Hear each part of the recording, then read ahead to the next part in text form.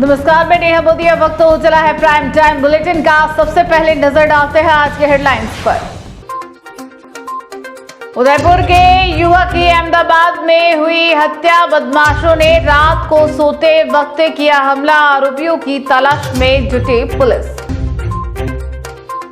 Pension अधिनियम 2025 वापस लेने की उठी मांग। उदयपुर में फूटा पेंशनर्स का गुस्सा। काली पट्टी बांधकर किया प्रदर्शन। 25 करोड़ की जमीन को लेकर सियासी घमासान हुआ शुरू। कांग्रेस ने किया प्रदर्शन। सीबीआई से जांच कराने की उठी मांग। अब खबरें विस्तार से। उदयपुर के नया गांव उपखंड क्षेत्र के बलीचा गांव के एक युवक की अहमदाबाद में हत्या का सनसनीखेज मामला सामने आया है। अज्ञात हमलावरों ने धारदार हथियार से युवक की बेरहमी से हत्या कर दी। घटना के बाद परिजनों और विभिन्न संगठनों हत्यारों की गिरफ्तारी की मांग को लेकर परिजनों ने प्रदर्शन किया। उसके बाद प्रशासन से वार्ता हुई। सहमति बनने के बाद बुधवार को युवक का अंतिम संस्कार किया गया। उदयपुर जिले के बलीचा गांव निवासी युवक की अहमदाबाद में बेरहमी से हत्या कर दी गई, जिससे क्षेत्र में शोक और आक्रोश पैदा हो गया। मृतक की पहचान हितेश मेघवाल के रूप में हुई है, जो पिछले कई वर्षों से अहमदाबाद के गुप्ता नगर में रहकर फर्नीचर का काम करता था। जानकारी के अनुसार सोमवार रात हितेश अपने घर के बाहर बरामदे में सो रहा था, तभी अज्ञात हमलावरों ने उस पर धारदार हथियार से ताबड़तोड़ हमला कर दिया। हमला इतना तेज था कि युवक ने मौके पर ही दम तोड़ दिया। घटना के समय पास में सो रही उसकी बहन की चीख पुकार सुनकर परिजन मौके पर पहुंचे, लेकिन तब तक हमलावर फरार हो चुके थे। हत्या की खबर मिलते ही मेघवाल समाज, आदिवासी विकास यूनियन, भीम आर्मी और जय भीम संगठन के पदाधिकारी और ग्रामीण बड़ी संख्या में अस्पताल पहुंच गए। परिजनों ने हत्यारों की गिरफ्तारी की मांग को लेकर शव का पोस्टमार्टम रुकवा दिया और प्रदर्शन शुरू कर दिया। उसके बाद प्रशासन से वार्ता में सहमति बनने के बाद परिजनों ने मृतक का पोस्टमार्टम करवाया और बुधवार को उसका अंतिम संस्कार किया गया। मृतक के पिता रामलाल मेघवाल ने बताया कि हितेश परिवार का बड़ा बेटा था और 2 माह बाद उसकी शादी होने वाली थी, जिसकी तैयारियां चल रही थी। फिलहाल पुलिस मामले की जांच कर रही और आसपास के सीसीटीवी फुटेज खंगालकर आरोपियों की तलाश में जुटी हुई है। उस भाई का जो खुद कुटुंब परिवार के सबके बड़े पापा का लड़का मारने वाला है। हाँ बिल्कुल। પોતે બાપાને સોરોઈને મારવા વાળો है અને આના પહેલે જે સોરીની હગાઈ થઈ હતી वो फांसी खाई गई तो તેમાં માર ભાઈ वो મરી ગયો, આના બદલે વણે વણા કાકા વાળાને મારી નાખ્યો है। દેશી શુદ્ધ વાગડી ભાષામાં આપણે રીતિઓ तो ये घटना है। तो मैं अपने ये आदरणीय सरपंच महोदय से यही विनती करता हूँ कि ऐसे लोगों को आप गांव से बाहर करें तो हमारे दलित समाज से बेहतर रहेगा। ये हम सबकी एक मांग है और बाकी कोर्ट का जो कोर्ट करेगा। बाकी जो है वो ये बलीचा जो गांव है, उस गांव से हम इतनी रिक्वेस्ट करते हैं, ये तमाम जो हमारे संगठन सर्व संगठन के लोग इधर पधारे हुए हैं और जो गुजरात प्रदेश के अंदर आज एक टाइम पे कोई एकत्रित नहीं होता था, लेकिन आज ये 100-150 लोगों की टोली है। और आज गुजरात के जो अपने एसी कास्ट और आदिवासी परिवार एसी कास्ट से ये अपने को एक सहायता मिल रही है। और आज बहुत ये भीम सेना ने और हमारे कांतिलाल जी ने, मनीष जी ने आज सपोर्ट किया। उनको सब हमारे आदिवासी परिवार और भीम आर्मी संगठन राजस्थान की सब उनको जय भीम बोलते हैं और उनका एक इतना मान देते हैं कि हमेशा हमारे साथ ऐसी कोई घटना घड़ी होगी तो आप हमें हमारे साथ खड़े रहेंगे गुजरात प्रदेश में। तो सरपंच महोदय मारी मुझ के हुए कि जल्द की जल्द ये डेड बॉडी આપણે सब बाजी वैसे स्वीकार કરી રહી છે। અને બીજી વાત कि आणंद जी परिवार ने घेरवेगा जैसे भी से गिरा दिया जाएगा, बराबर। और पुलिस प्रशासन की पूरी कार्रवाई करेंगे और उनके परिवार इस गांव के अंदर रहना नहीं चाहिए, ये हमारा विनंती आप सब। पेंशनर्स ने अब केंद्र सरकार की नीतियों के खिलाफ मोर्चा खोल दिया है। उदयपुर में state pensioners federation of India के आह्वान पर जिला कलेक्ट्रेट पर जोरदार प्रदर्शन हुआ। पेंशनर का आरोप है कि 8वें वेतन आयोग में उनके साथ भेदभाव किया जा रहा है और उन्हें 2 श्रेणियों में बांटने की तैयारी है। प्रदर्शनकारियों ने चेतावनी दी कि मांगे नहीं मानी गई तो आंदोलन और उग्र होगा। देश के लाखों पेंशनर्स में केंद्र सरकार की नीतियों को लेकर नाराजगी बढ़ती जा रही है। इसी के चलते बुधवार को उदयपुर के जिला कलेक्ट्रेट परिसर में state pensioners federation of India के नेतृत्व में बड़ा प्रदर्शन देखने को मिला।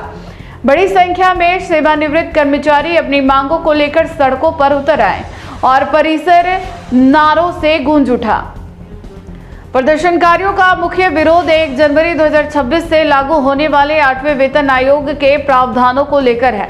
पेंशनर्स का आरोप है कि सरकार लोकसभा और राज्यसभा में लिए गए फैसलों के जरिए उनके हितों के खिलाफ कदम उठा रही है। फेडरेशन के नेताओं का कहना है कि सरकार पेंशनर्स को 2 श्रेणियों में बांटने की तैयारी कर रही है। एक वे जो 2026 से पहले रिटायर हुए और दूसरे वे जो उसके बाद रिटायर होंगे। उनका आरोप है कि 8वें वेतन आयोग की सिफारिशों का लाभ केवल वर्तमान कर्मचारियों को देने की योजना बनाई जा रही है, जबकि पूर्व पेंशनर्स को इससे वंचित रखा जा सकता है। पेंशनर्स ने 1982 के सुप्रीम कोर्ट के ऐतिहासिक फैसले का हवाला देते हुए कहा कि उन्हें भी वही लाभ मिलना चाहिए जो कार्यरत कर्मचारियों को मिलता है। उन्होंने यह भी बताया कि पिछले वेतन आयोगों में 2.57 के गुणांक से पेंशन बढ़ाई गई थी और महंगाई भत्ते को मर्ज किया गया था, लेकिन वर्तमान नीति को उन्होंने विभेदकारी बताते हुए विरोध जताया। पेंशनर्स ने साफ चेतावनी दी है कि यदि सरकार ने अपनी नीति में बदलाव नहीं किया तो आने वाले समय में यह आंदोलन पूरे देश में और भी उग्र रूप ले सकता है। आज देश भर में state pensioner federation of India की ओर से हिंदुस्तान के सारे पेंशनर्स को ये आह्वान किया गया है कि आने वाले समय में जो 8वां वेतन आयोग भारत सरकार लेकर के आ रही है, जो 1 जनवरी 2026 से लागू होना है, उसके संदर्भ में सरकार ने लोकसभा और राज्यसभा में एक निर्णय लिया है और उसमें पेंशनर्स को 2 भागों में विभक्त किया है। 1 जनवरी 2026 के पूर्व के पेंशनर्स और 1 जनवरी 2026 के बाद के पेंशनर्स, यानी जो वेतन आयोग आएगा उसकी सिफारिशें उन लोगों के लिए लागू होगी जो वर्किंग में काम करने वाले कर्मचारी हैं और जब भी वो रिटायर होंगे तो उनको वो लाभ प्राप्त होगा।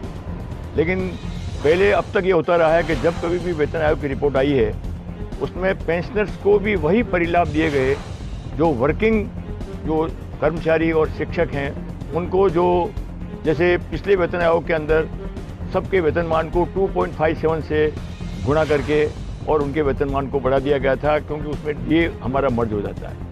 अभी लगभग 4-4.5% का ये मामला बैठता है महंगाई और सबको देखते हुए। लेकिन सरकार ने जब लोकसभा और राज्यसभा में चुपके से पिछले वर्ष 25 मार्च को ये बिल पारित कर दिया था और उसको राज्यसभा में भी उन्होंने 2-3 दिन के बाद में उसको पारित करवा दिया गया। तो जब हमने राज्य सरकार और भारत सरकार से बात करना चाहा तो उन्होंने कहा नहीं, पेंशनर के साथ में ऐसा नहीं होगा। लेकिन जब लोकसभा और विधानसभा में हमारे जनप्रतिनिधियों ने प्रश्न उठाया तब भारत की वित्त मंत्री सीतारमण ने साफ तौर से कहा कि ये वेतन आयोग जो है केवल मात्र उन लोगों के लिए लागू होगा जो वर्तमान में कार्यरत हैं। तो हमारी पुरानी जो परंपरा है, 1982 में एक निर्णय सुप्रीम कोर्ट का हुआ था, उसके अंतर्गत सुप्रीम कोर्ट ने कहा था कि पेंशनर्स को भी वो परिलाभ और पेंशनर एज इट इज़ दिया जाए जो वर्किंग कर्मचारियों और शिक्षकों को दिया जाता है।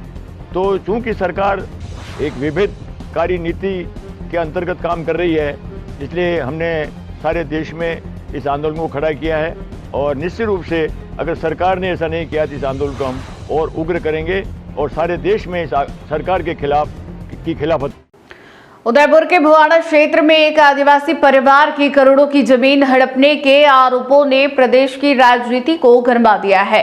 कांग्रेस ने इस मामले में भाजपा नेताओं, पुलिस अधिकारियों और भू माफिया के गठजोड़ का आरोप लगाते हुए जिला कलेक्ट्रेट पर प्रदर्शन किया। कांग्रेस का कहना है कि करीब 20 से 25 करोड़ रुपए की जमीन को साजिश के तहत हड़पा गया और पीड़ितों को ही आरोपी बना दिया गया।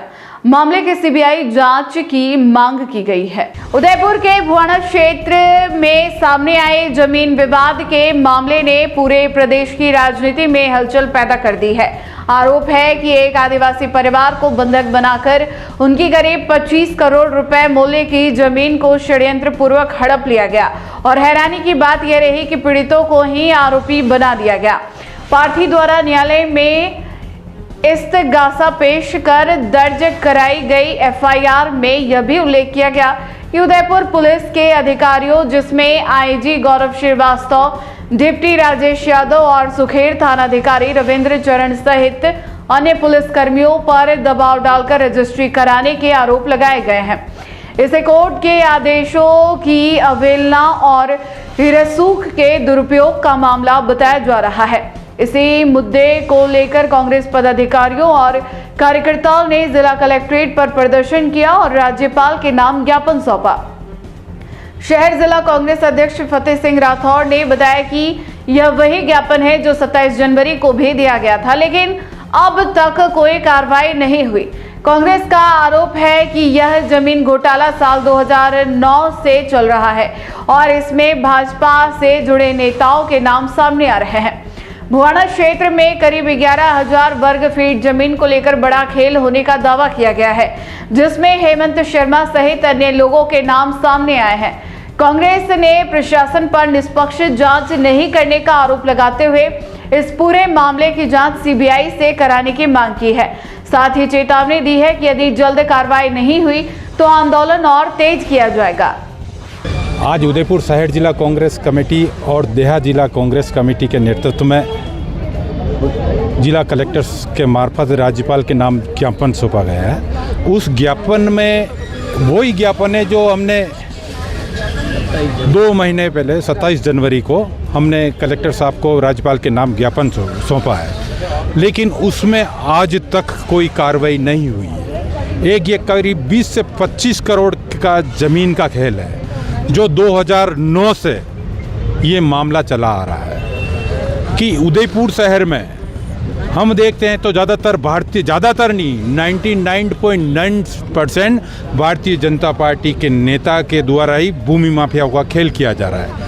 इसमें जो मन की बात प्रधानमंत्री जी की मन की बात में जो सीएम भजनलाल जी के दाईं और जो व्यक्ति बैठा है हेमंत शर्मा, उसका नाम आ रहा है, जिसमें गुमाना राम उसका डमी आदमी है। उसके द्वारा 2025 में करीब 15 व्यक्ति को खिलाफ मुकदमा दर्ज कराया। ये खेल चल रहा, करोड़ों का मामला है। ये एक दूसरी जो पार्टियां हैं लोगों के गरीबों को उठाते हैं, उनके नाम डमी उम्मीदवार बना देते हैं। अब ये करीब 11,000 वर्ग फीट 1,000 वर्ग मीटर ज़मीन है भुवाना में। तो हमने आज मांग करी है, कलेक्टर साहब को भी कहा और प्रशासन को भी कह रहे हैं कि इसमें जितने बड़े अधिकारी का नाम जो गोपाल लाल बिल के द्वारा जैसलमेर की पार्टियां, चित्तौड़ की पार्टियां, पाली की पार्टियां, ये लोग इतनी बड़े बड़े दावेदार है। पूर्व में पुष्पेंद्र सिंह जी जो बाली के विधायक है उनका नाम सामने आया, राजेश जी यादव का नाम सामने आया। तो ऐसा, और आज जो नाम सामने आया 23 तारीख को जो सुखेर थाने में कोर्ट के माध्यम से इस्तगासा दर्ज हुआ, उसमें माननीय हमारे उदयपुर के आईजी श्रीवास्तव साहब, डिप्टी साहब राजेश जी यादव और सीआई साहब चारण साहब और अन्य 3-4 पुलिस अधिकारी और है, उनके खिलाफ एफआईआर में नाम आना बड़ा शोचनीय विषय है कि जो अधिकारी जिम्मेदार, जो ये जांच करने वाले लोग हैं, उनके खिलाफ ही अगर अदालत के द्वारा जो एफआईआर में नाम दर्ज आना बहुत दुर्भाग्यपूर्ण है। तो हम मांग करते हैं कि ये मामला यहाँ के अधिकारी नहीं कर सकते हैं। ये प्रकरण सीबीआई से, राज्यपाल से हम मांग करते हैं कि ये ऐसा मामला सीबीआई को सौंपा जाए तो दूध का दूध पानी होगा। बाकी आने वाला समय आज आम लोगों के लिए नहीं है। भारतीय जनता पार्टी का जो टेरर है, हमने अभी पूर्व में भी देखा है कि लोगों को घर से उठा के लाना, कैमरे तोड़ देना, ये इनका काम है। इसलिए मैं आप मीडिया बंधुओं से निवेदन करना चाहता हूं कि आप इस बात को प्रमुखता से उठाए पूरे राजस्थान में कि विधानसभा में जो मामले उठे अभी तक उसमें भी कार्रवाई नहीं है। उदयपुर में दिन दहाड़े हुई चेन स्नेचिंग की वारदात का पुलिस ने खुलासा कर दिया है। सेलिब्रेशन मॉल के पास वृद्ध महिला से लूट करने वाले दोनों नकाबपोश आरोपियों को गिरफ्तार कर लिया गया है। पुलिस ने इस मामले को चुनौती के रूप में लेते हुए तेजी से कार्रवाई की और आरोपियों तक पहुंची। दोनों पर 10-10 हजार रुपए का इनाम घोषित था।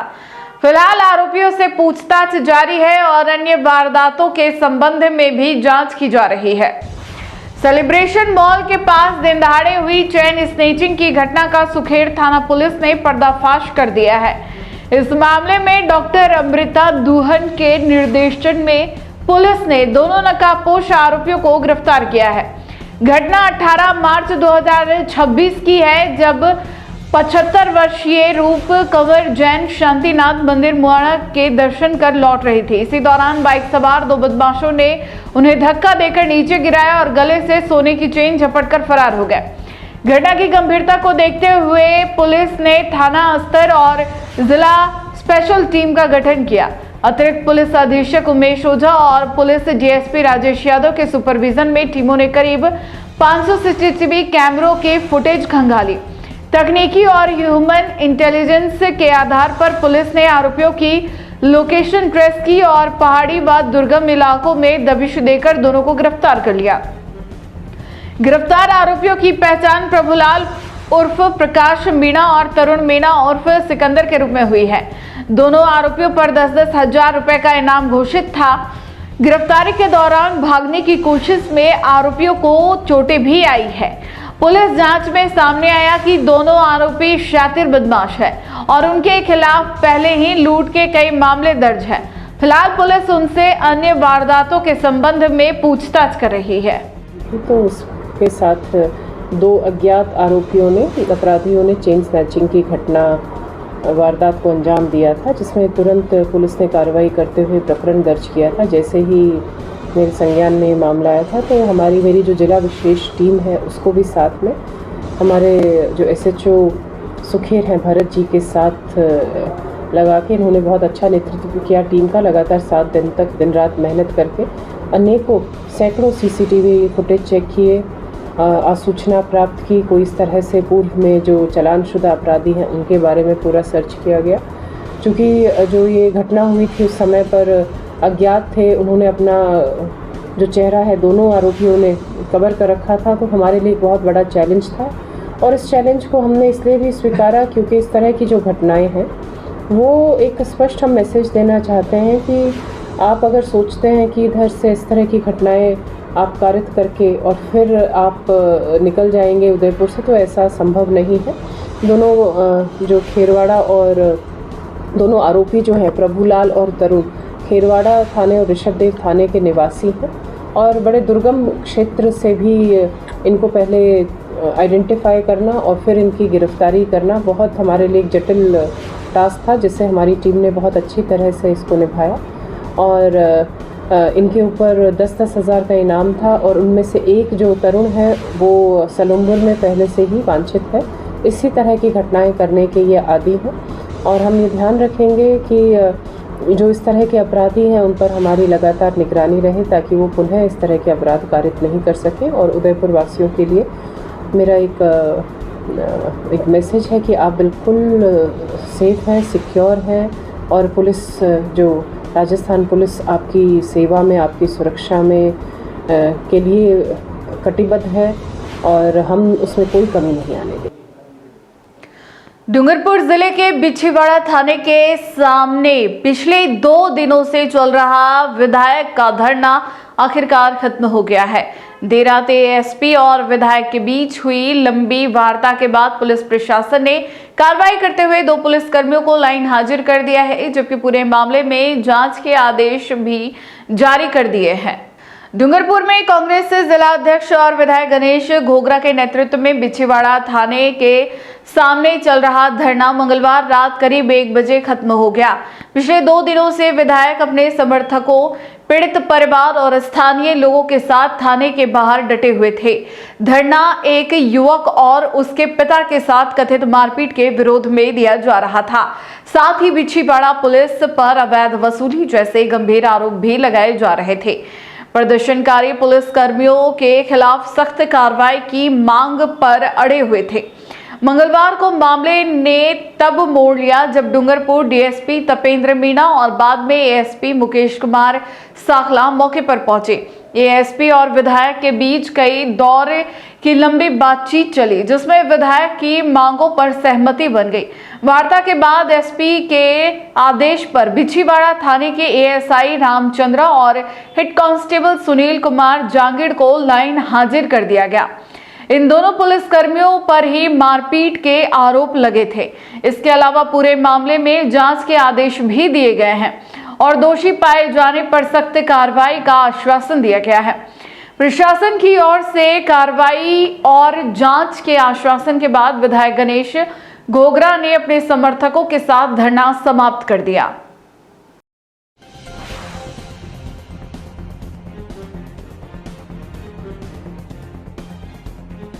एक रिपोर्ट विधायक साहब डूंगरपुर श्री गणेश घोगरा साहब ने मेरे को पेश की थी अभी मौके पे। इनपे 2-3 आरोप लगाए हैं। महेंद्र परमार जी के एक लड़के के साथ पुलिसकर्मी पे मारपीट का आरोप लगाया था, जिसकी साहब चाहते हैं कि भी इसकी गहनता से जांच हो। तो इसकी जांच के लिए इन्होंने मैं सुबह मूल जो परिवाद है वो एसपी सर को भेज देंगे। दूसरा, एक जांच इन्होंने थाना अधिकारी व उनके पे कुछ और चीज़ों पे अवैध गतिविधियों के बारे में आरोप लगाया है। तो इसकी जांच के लिए भी इन दोनों के जांच के लिए एसपी साहब को ये जो मूल साहब का जो परिवाद है ये एसपी साहब को भेजा जाएगा। रही बात ये 2 जो अधिकारी हैं रामचंद्र एएसआई और सुनील जांगिड़, इनको अविलंब अभी हम थाने से मेरे कार्यालय में इनको भेज दिया गया है।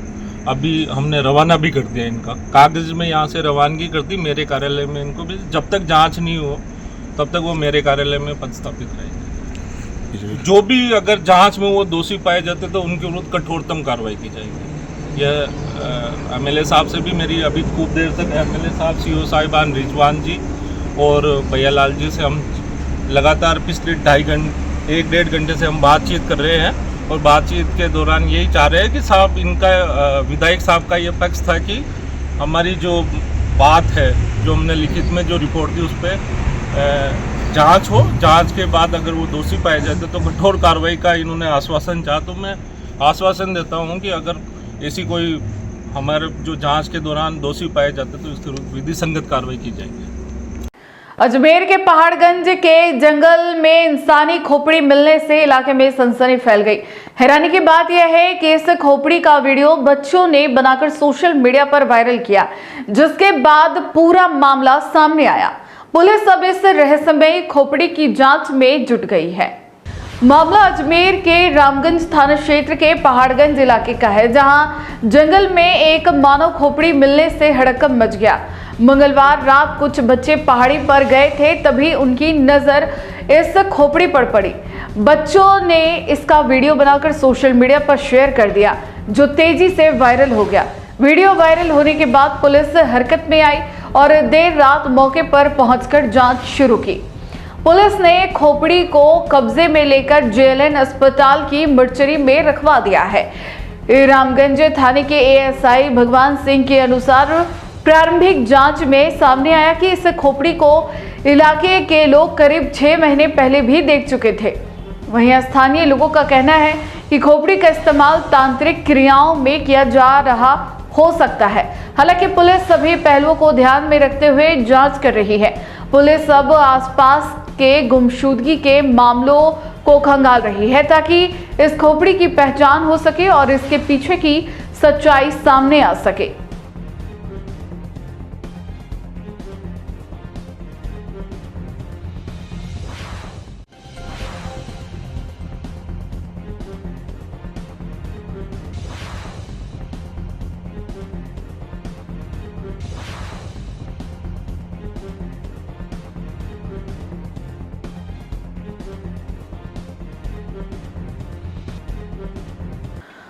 उदयपुर में सड़क सुरक्षा को लेकर पुलिस ने सख्ती बढ़ा दी है। एसपी अमृता दुहन के निर्देश पर अब कलेक्ट्री परिसर में बिना हेलमेट प्रवेश पूरी तरह प्रतिबंध कर दिया गया है। बुधवार को समझाइश अभियान चलाया गया, जबकि आगामी दिनों से नियम तोड़ने वालों के खिलाफ चालान की कार्रवाई होगी। खास बात यह है कि यह नियम आम लोगों के साथ साथ कलेक्ट्री में कार्यरत कर्मचारियों और अधिकारियों पर भी समान रूप से लागू किया गया है। उदयपुर में सड़क सुरक्षा को लेकर पुलिस प्रशासन ने बड़ा और सख्त कदम उठाया है। एसपी अमृता दोहन के निर्देश पर अब कलेक्ट्री परिसर में बिना हेलमेट प्रवेश पर पूरी तरह रोक लगा दी गई है। इस फैसले का उद्देश्य सड़क दुर्घटनाओं में कमी लाना और लोगों को हेलमेट पहनने के प्रति जागरूक करना है। निर्णय के तहत बुधवार को कलेक्ट्री परिसर में समझाइश अभियान चलाया गया। इस दौरान बिना हेलमेट आने वाले लोगों को रोका गया और उन्हें यातायात नियमों के बारे में जानकारी देकर जागरूक किया गया। पुलिस और प्रशासनिक अधिकारियों ने लोगों से अपील की कि वे अपनी सुरक्षा के लिए हेलमेट का उपयोग जरूर करें। प्रशासन ने साफ कर दिया कि आगामी दिनों से यह नियम का सख्ती से पालन कराया जाएगा। जो भी व्यक्ति बिना हेलमेट कलेक्ट्री परिसर में प्रवेश करेगा उसके खिलाफ चालान की कार्रवाई की जाएगी। यह नियम केवल आम लोगों तक सीमित नहीं रहेगा, बल्कि कलेक्ट्री में कार्यरत सभी कर्मचारी और अधिकारी भी इसके दायरे में आएंगे। पुलिस का मानना है कि कलेक्ट्री जैसे व्यस्त और संवेदनशील परिसर में हर दिन बड़ी संख्या में लोगों की आवाजाही होती है। ऐसे में हेलमेट अनिवार्यता से सुरक्षा को और मजबूती मिलेगी। पुलिस प्रशासन ने आमजन से अपील की है कि वे नियमों का पालन करें और अपनी सुरक्षा को प्राथमिकता दें, ताकि किसी भी अप्रिय घटना से बचा जा सके। बिल्कुल, ट्रैफिक की व्यवस्था को सुधारना और एक्सीडेंट्स कम कराना हमारी पुलिस प्राथमिकताओं में भी आ रहा है और इसके लिए पुलिस मुख्यालय, राज्य सरकार और आईजी सर के भी बहुत सख्त निर्देश हैं। उसी क्रम में अभी शुरुआत अपने ऑफिस से ही कर रहे हैं, ताकि जो सरकारी कर्मचारी, पुलिस विभाग के कर्मचारी हो जो भी ऑफिस में आ रहे हैं, सबसे पहले वो शुरुआत करें कि जो हेलमेट पहनना वो सुनिश्चित करें। उसके बाद धीरे धीरे हम ये पूरे शहर में लागू करेंगे। सबसे पहले अवेयरनेस इस चीज़ की जनरेट कर रहे हैं। उसके अलावा जो चूँकि उदयपुर राज्य, राष्ट्र, अंतर्राष्ट्रीय स्तर पर एक बहुत मेजर टूरिस्ट डेस्टिनेशन है, तो सुगम व्यवस्थाएं और बेहतर व्यवस्थाएं हम कैसे कर सकते हैं टूरिज़्म और टूरिस्ट्स के लिए, तो उस पर एक विशेष फोकस रहेगा। उदयपुर के जलदाय विभाग का एक ऐसा कारनामा सामने आया है जिसे सुनकर आप भी अपना सिर पकड़ लेंगे।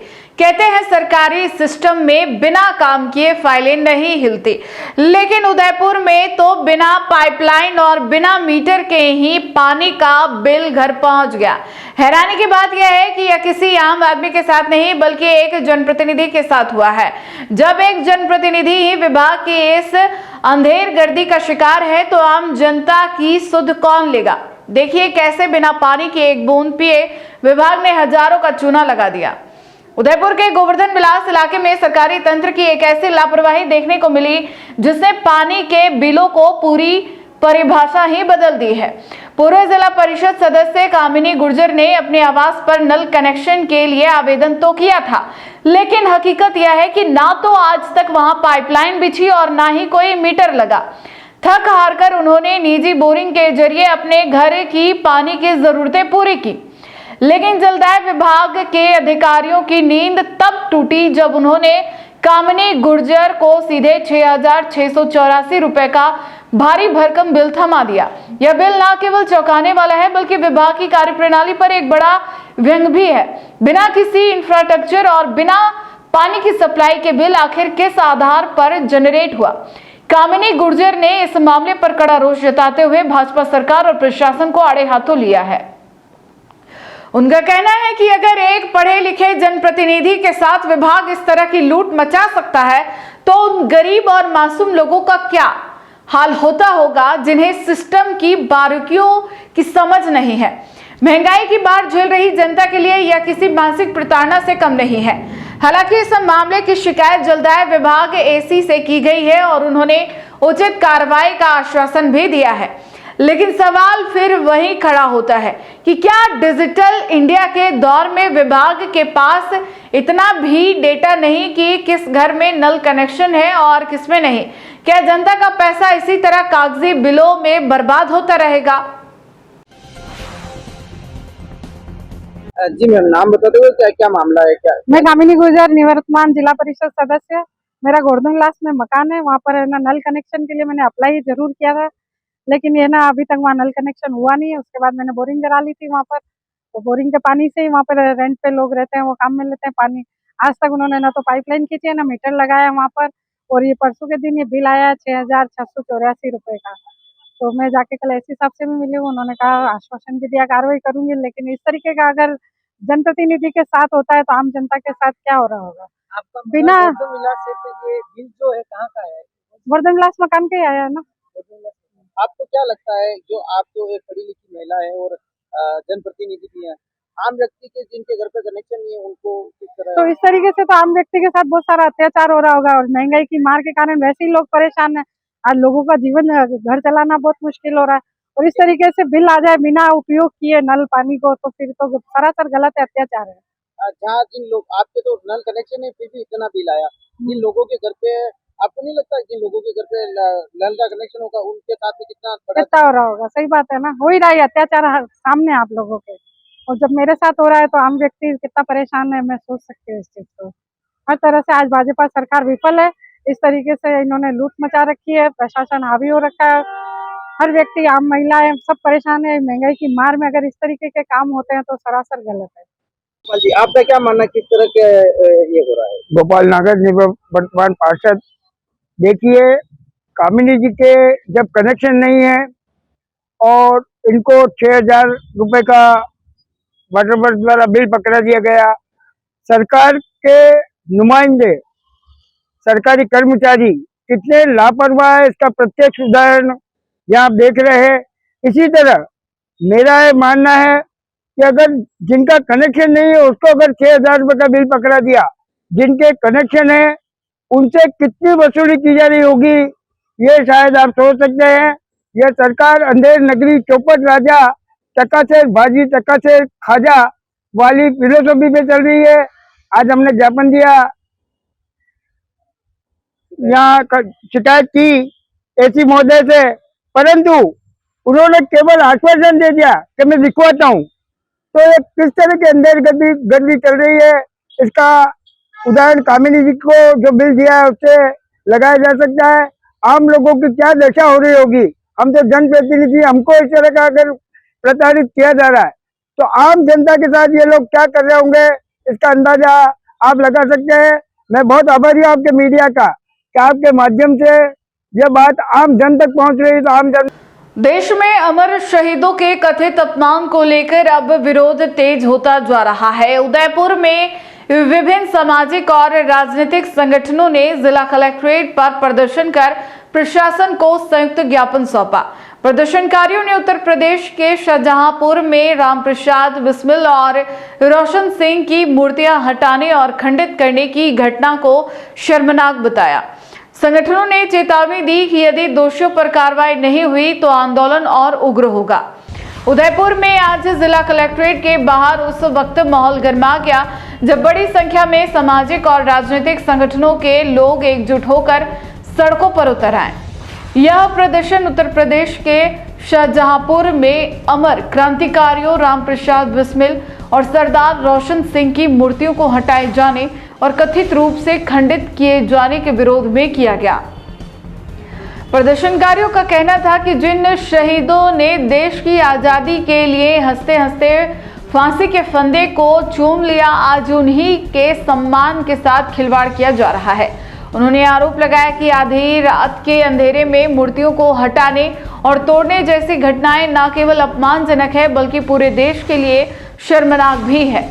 प्रदर्शन के दौरान आंदोलनकारियों ने सत्ता पक्ष पर भी तीखा हमला बोला। उनका कहना था कि जिन लोगों का स्वतंत्रता संग्राम में कोई योगदान नहीं रहा, वे अब अपने एजेंडे के तहत बिस्मिल चंद्रशेखर आजाद और भगत सिंह जैसे महान क्रांतिकारियों के इतिहास को कमजोर करने की कोशिश कर रहे हैं। साथ ही जालियांवाला बाग के नवीनीकरण के मुद्दे को भी उठाते हुए सरकार की मंशा पर सवाल खड़े कर दिए गए।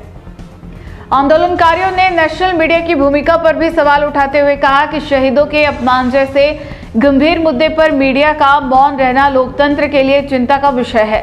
प्रदर्शन के बाद संगठनों ने जिला प्रशासन को ज्ञापन सौंपकर दोषियों के खिलाफ सख्त कार्रवाई की मांग की।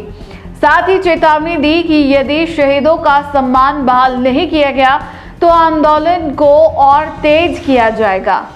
ये हमारे शहादत दिवस समारोह समिति, PUCL और नागरिकों का संगठन और जंगल जमीन के जो साथी हैं, उन्होंने कलेक्टर साहब को ज्ञापन दे करके ये मांग की है कि जो काकोरी के शहीद थे जिनको फांसी दी गई और उनकी शाहजहाँपुर यूपी में मूर्तियां थी, उनको सौंदर्यीकरण के नाम पे आधी रात में उस दिन तोड़ दिया जिस दिन भगत सिंह, सुखदेव और राजगुरु का शहादत दिवस था। तो ये एक प्रकार से उनको दूसरी बार उनकी हत्या की है और फांसी दी गई है, जिसकी हम भर्त्सना कर रहे हैं, विरोध कर रहे हैं पूरे देश में, और इसी संदर्भ में ये यहाँ ज्ञापन दिया है। और क्या लगता है, क्या कारण देते हैं, क्या इस तरह क्यों किया जाता है? इस तरह इसलिए किया जाता है कि ये जो नेता हैं, अफसर हैं और कुछ माफ करें मीडिया वाले भी ऐसे ही हैं जो कि पूरी चीज़ों पर ध्यान नहीं देते हैं और तथाकथित सौंदर्यीकरण के नाम पर आप देखिए कि बनारस में किस तरह से लोगों की भावनाओं को वो किया गया। इसी तरह से यहाँ भी इनको इस बात से, क्योंकि जो सत्ता में इस वक्त डबल इंजनों की सरकारें बैठी हुई है, उनको स्वतंत्रता संग्राम से कोई लेना देना नहीं था, इसलिए इस तरह के क्रांतिकारियों को वो जानते भी नहीं है और उनको अपने धंधे और अपने सेटों के फायदे के लिए बड़ी बड़ी सड़कें और वो सब चाहिए और इसलिए ऐसा करते हैं। ये संयुक्त ज्ञापन जो विभिन्न संगठनों ने दिया है,